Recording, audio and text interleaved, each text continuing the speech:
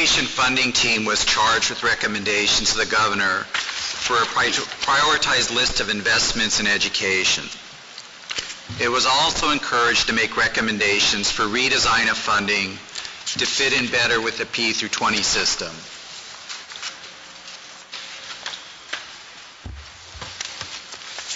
Before the education funding team discussed budgets or programs, they looked at what was involved to get to learner level outcomes set by the OEIB.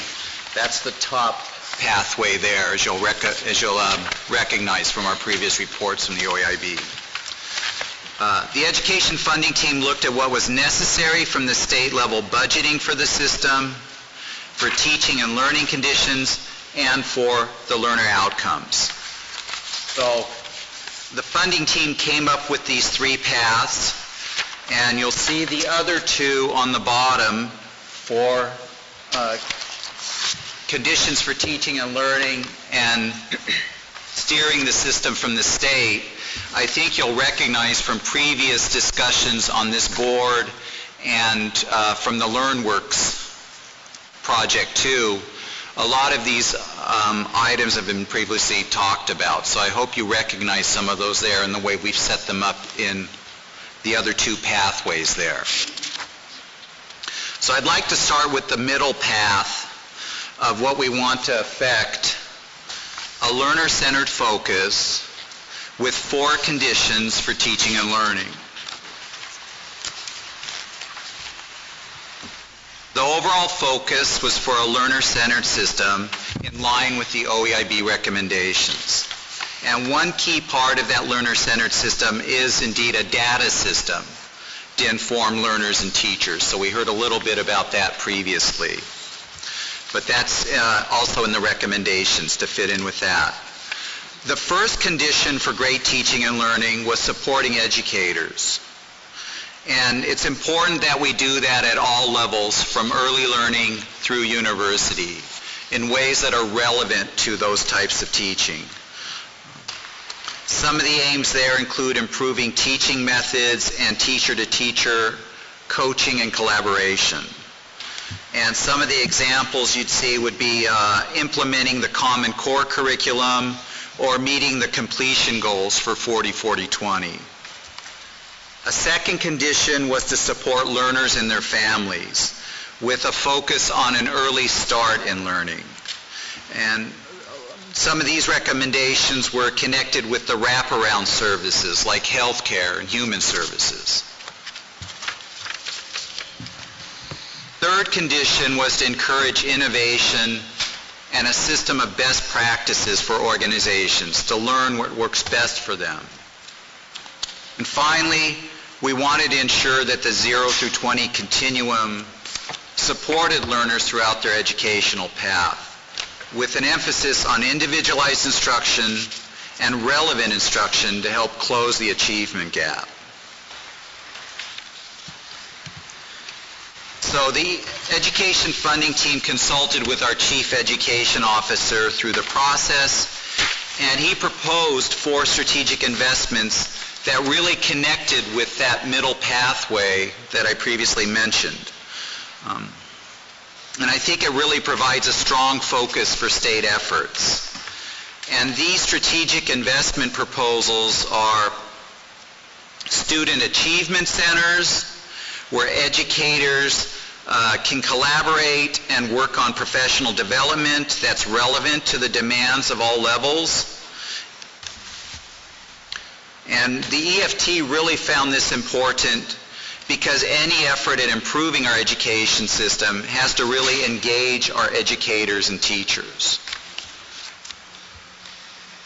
Another of the strategic investments was Oregon Reads, and this aims to improve reading proficiency in the early years. And we've all discussed on this board how research shows if students aren't proficient in reading by 3rd grade, you're just playing catch-up all the way along the continuum. And so we've made this also a priority in these strategic investments. And a third one was a variety of programs to empower parents and students in the education process. And this would particularly focus on students underrepresented or underserved, like learners of color or English language learners. So we also wanted to make that a priority. And finally, among the strategic investments was treating high school to college as a continuum, with the expectation of a high school degree and college or career paths for all learners. So this really guided us in our recommendations, and I know the Chief Education Officer will be explaining these more in depth after I speak. Next, we came to recommendations to support the learner level outcomes that the OEIB has established. The early learning reorganization into regional hubs was already recommended by a report of the Early Learning Council. In looking at the existing funding streams for all levels in the state budget and trying to get away from the budget silos we currently have, the education funding team looked for ways to align budget priorities with the new priorities of the P through 20 system. Our recommendations was to establish 4 different funding streams in place of the current silos. And these streams are based on the priorities in the report of the Early Learning Council, and the education funding team felt were more appropriate in the context of the reorganization of early learning.